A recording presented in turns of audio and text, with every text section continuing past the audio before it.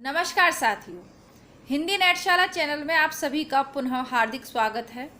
हम पढ़ रहे हैं हिंदी साहित्य की बेस्ट प्रैक्टिस बुक, जिसके अंतर्गत आधुनिक काल में हिंदी की गद्य विधाओं के अंतर्गत हम नाटक एवं एकांकी गद्य विधा की विकास यात्रा कर रहे हैं। आज का पहला और इस नाटक गद्य विधा का 151वां प्रश्न है।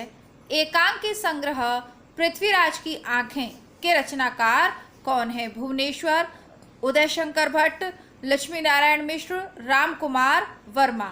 सही उत्तर है राम कुमार वर्मा। राम कुमार वर्मा प्रमुख एकांकीकार हैं। इनकी अन्य एकांकी हैं रेशमी टाई, चारुमित्रा, विभूति, सप्तकिरण, रूपरंग, कौमुदी महोत्सव, ध्रुव तारिका, ऋतुराज, रजत रश्मि, दीपदान, कामकंदला, बापू, इंद्रधनुष, रिमझिम।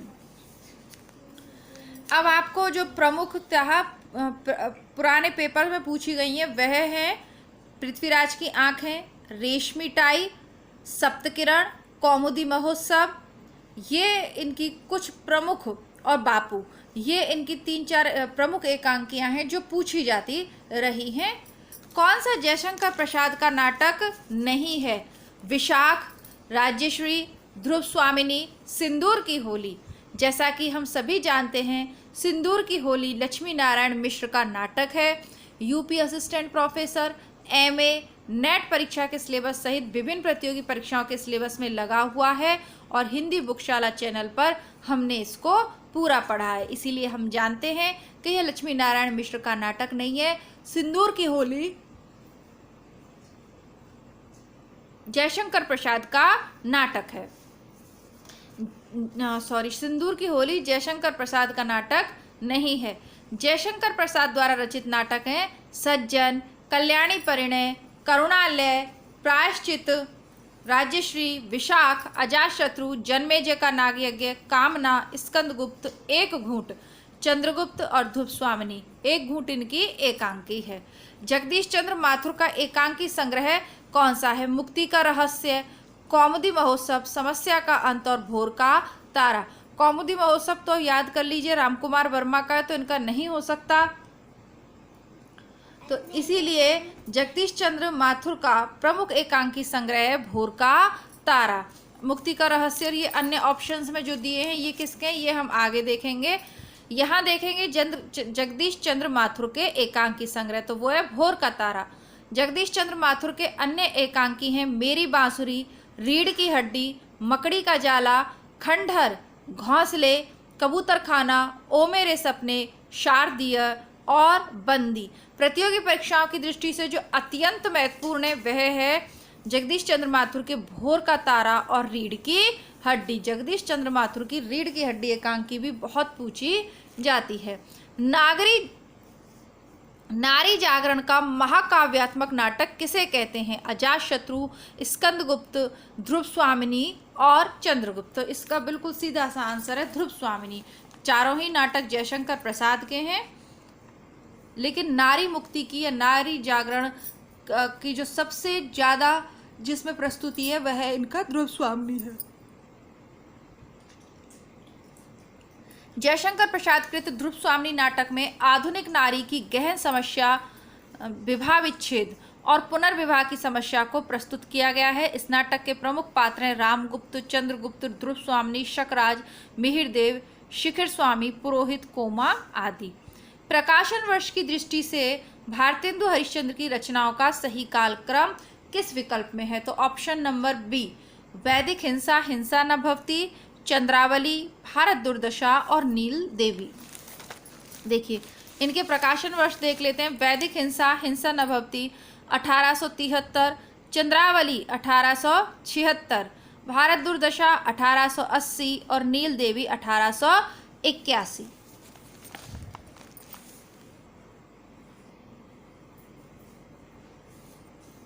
भारतेंदुकालीन नाटकों की रचना के मूल उद्देश्य से संबंधित कौन सा कथन सही नहीं है? अगर आप राजस्थान कॉलेज लेक्चरर की तैयारी कर रहे हैं तो ये चीज़ सुनिश्चित कर लीजिए कि कोई भी प्रश्न आपसे डायरेक्ट नहीं पूछा जाएगा। गहन जानकारी या अध्ययन आपको करना पड़ेगा, तब आप प्रश्नों का उत्तर दे पाएंगे। तो इनका मूल उद्देश्य से संबंधित कौन सा कथन सही नहीं है। मनोरंजन के साथ साथ जनमानस को जागृत करना पूर्णतः सही है। अंधेर नगरी हमने हिंदी बुकशाला पर पढ़ा है और हम जानते हैं कि उसमें छोटे छोटे गीतों के माध्यम से आपको लगता है कि प्रहसन है, लेकिन प्रहसन के साथ जनमानस को जागृत करने का प्रयास भी है। प्राचीन संस्कृति के प्रति प्रेम जगाना, सत्य, न्याय, उदारता आदि मानव मूल्यों के प्रति आस्था उत्पन्न करना। ऑप्शन नंबर डी, परिनिष्ठित भाषा का विकास विस्तार करना नहीं। हम जानते हैं कि भारतेंदु काल में काव्य की भाषा ब्रज थी और गद्य की भाषा खड़ी बोली होने लगी थी। परिनिष्ठित भाषा की जब बात आती है तो वो द्विवेदी युग की विशेषता है। जब महावीर प्रसाद द्विवेदी ने सरस्वती पत्रिका का 1903 में कार्यभार संभाला, उसके बाद उन्होंने हिंदी के शुद्धिकरण का प्रयास किया। जो व्याकरणिक गलती थी उनको सुधारने का प्रयास किया। अब ये सब कुछ हम पढ़ चुके हैं, अपनी कई सारी किताबें हम पढ़ चुके हैं। जैसे पूर्णतः हिंदी साहित्य के इतिहास की बात करें तो रामचंद्र शुक्ल का हिंदी साहित्य का इतिहास इसी चैनल की प्लेलिस्ट में उपलब्ध है, पूरी बुक पढ़िएगा आप। और इसके अलावा वन लाइनर के रूप में यदि आप पढ़ना चाहें तो सरस्वती पांडे और गोविंद पांडे की बुक भी इसी चैनल पे उपलब्ध है। और अगर आप ऑब्जेक्टिव टाइप में पढ़ना चाहें, ऑप्शंस के साथ पढ़ना चाहें, तो ये पूरी प्रैक्टिस बुक प्लेलिस्ट में उपलब्ध है। इसी बुक का एक अन्य जो भाग है, आदिकाल, भक्तिकाल और रीतिकाल। देखिए, आधुनिक काल अपने आप में बहुत विस्तृत है। पद्य हमने पूरा कर लिया, अब हम गद्य कर रहे हैं। तो इसके लिए आधुनिक काल पढ़ रहे हैं हिंदी नेटशाला पर। हिंदी बुकशाला पर हम आदिकाल, रीतिकाल और भक्तिकाल कर रहे हैं। 1-2 दिन से वीडियो नहीं आए हैं, बाकी आप प्लेलिस्ट चेक करेंगे तो आपको पूरे क्रमबद्ध रूप से वहाँ पर उपलब्ध हैं। तो कृपया करके आप दोनों चैनल्स की प्लेलिस्ट चेक करें। और अभी तक भी अगर चैनल को सब्सक्राइब नहीं किया है और हिंदी साहित्य के आप विद्यार्थी हैं तो कृपया करके हिंदी नेटशाला और हिंदी बुकशाला को किताबों के लिए ज़रूर आप सेलेक्ट करें। बाकी आप जिस भी पेपर की तैयारी कर रहे हैं उसके पुराने पेपर भी आपको प्लेलिस्ट में मिल जाएंगे, यूपी, जीटी, पीजीटी सभी, तो आप वो भी चेक कर सकते हैं। धर्मवीर भारती के अंधा युग से संबंधित, ये राजस्थान में ही पूछा हुआ है, धर्मवीर भारती के अंधा युग से संबंधित कौन सा कथन गलत है। यह एक गीति नाट्य है जिसमें महाभारत युद्ध के प्रारंभ को आधार बनाया गया है। देखिए, पहला ही गलत है। गीति नाट्य ये तो सही है, पूरा पढ़िएगा। महाभारत युद्ध के प्रारंभ को आधार नहीं बनाया है। कल हमने बारंबार पढ़ा, यदि हमने अंधा युग नहीं भी पढ़ा है तो कल के प्रैक्टिस में भी बार बार पढ़ा कि अंधा युग महाभारत के अंतिम दिन 18वें दिन के बाद की कथा है। और अंधा युग पूरा नाटक, हम छोटा सा नाटक है ये, पूरा नाटक हम हिंदी बुकशाला पे पढ़ चुके हैं, तो गलती की गुंजाइश नहीं है। ऑप्शन बी भी पढ़ेंगे। इसमें समकालीन समस्याओं को रचनात्मक स्तर पर उठाया गया है, सही है। इसमें युद्ध जनित अर्ध सत्यों, कुंठाओं, अंधी स्वार्थपरता, विवेक शून्यता के बीच आस्था, दायित्व और ज्योति का भी उद्घाटन किया गया। प्रारंभ में ही है कि ये अंधों के माध्यम से ज्योति की कथा है, तो ऑप्शन सी भी सही हो गया। इसमें ईश्वर की भी मृत्यु हो जाती है और उसका स्थान व्यक्ति का उत्तरदायित्व ले लेता है, यह भी सही है ना। तो ये अंतिम दिन 18वें दिन की कथा को आधार बनाकर लिखा गया है,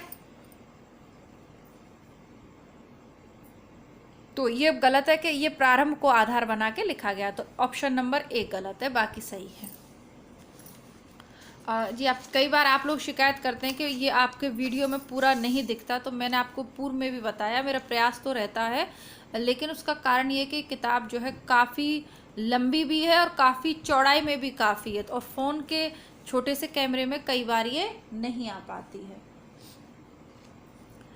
निम्नलिखित नाट्य कृतियों को उनके रचनाकारों के साथ सुमेलित करिए। एक और द्रोणाचार्य, देवयानी, 8वां सर्ग और बकरी। तो हम इसमें से कितने 8वां सर्ग हमने कल कई बार देखा कि सुरेंद्र वर्मा का है, तो सबसे पहले जो आता है उसे चेक करिए। तीसरे का चौथा, 2 ऑप्शन में, ऑप्शन नंबर ए और सी दोनों में तीसरे का चौथा दिया हुआ है। अब कोशिश करेंगे कि और हमें क्या आता है। बकरी सर्वेश्वर दयाल सक्सेना का, ये हम पुराने प्रैक्टिस सेट में पढ़ चुके, यह भी दोनों में ए और सी में भी दिया हुआ है। एक और द्रोणाचार्य किसका है, शंकर शेष का है। एक और द्रोणाचार्य किसका है, शंकर शेष का है। तो ये इस प्रकार आपका ऑप्शन नंबर सी सही हो गया। देख लेते हैं। एक और द्रोणाचार्य संकरशेष, देवयानी रमेश बख्शी, 8वां सर्ग सुरेंद्र वर्मा, बकरी सर्वेश्वर दयाल सक्सेना, 3 कैद मृदुला गर्ग। पुनः देखते हैं। देवयानी रमेश बख्शी याद करिएगा। देखिए एक और द्रोणाचार्य तो बार बार पुराने पेपर और प्रैक्टिस सेट में आ रहा है, आपको याद हो जाएगा, संकरशेष का है। देवयानी रमेश बख्शी और 3 कैदें हैं मृदुला गर्ग की। आगे देखते हैं। ये भी सब आपके राजस्थान कॉलेज में ही पूछे गए हैं। 2014 वाले पेपर में नाटक से ही आपके कम से कम 5-6 प्रश्न पूछे हुए हैं, 5-6 से भी शायद ज़्यादा ही हैं। देखते हैं कितने पूछे गए हैं। आपके नाटक से ही राजस्थान में पूछे गए हैं। आपका 155 नंबर प्रश्न से लेके 164 यहाँ दिखाई दे रहा है मुझे, ये भी 2014 का है। तो ये आपके लगभग 9 से 10 प्रश्न आपके इसी नाटक टॉपिक से पूछे गए हैं। तो आप जान सकते हैं कि ये कितना इम्पोर्टेंट है। नाटककार प्रसाद के संबंध में कौन सा कथन सही नहीं है? प्रसाद प्रथम नाटककार हैं जिन्होंने अपने पात्रों को स्वतंत्र व्यक्तित्व प्रदान किया है। सही है। प्रसाद के सभी पात्रों में गत्यात्मकता है, परिवर्तन की आकांक्षा है। यह भी ठीक है।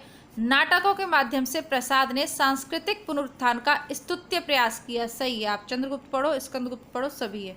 उन्होंने सभी नाटक रंगमंच को ध्यान में रखते हुए लिखे, पूर्णतया अभिनय। ये तो बार बार हम पढ़ रहे हैं कि जयशंकर प्रसाद ने स्वयं कहा है कि मेरे नाटक रंगमंच के लिए, रंगमंच नाटकों के लिए होना चाहिए, नाटक रंगमंच के लिए नहीं लिखे। तो ठीक है। तो इनके नाटकों को रंगमंच पे प्रस्तुत करना भी थोड़ा कठिन है क्योंकि युद्ध के दृश्य हैं ये सब। तो ये ऑप्शन नंबर डी गलत है।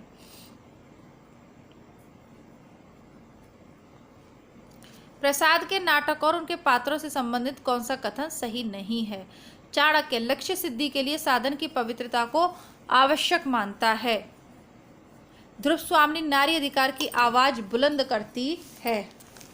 और काव्यात्मकता प्रसाद के नाटकों की बहुत बड़ी विशेषता है, गाने खूब हैं। स्कंदगुप्त मातृभूमि के उद्धार के लिए अकेला युद्ध करने को तैयार, ये भी ठीक है। चाणक्य लक्ष्य सिद्धि के लिए साधन की पवित्रता को आवश्यक नहीं मानता क्योंकि चाणक्य क्या कहता है कि महत्वाकांक्षा का मोती निष्ठुरता की सीपी में रहता है। चाणक्य निष्ठुर होकर भी लक्ष्य सिद्धि पर जोर देने वाला व्यक्ति है, ना कि साधनों की पवित्रता का इंतजार करने वाला व्यक्ति। तो इसी के साथ आज की कक्षा को समाप्त करते हैं।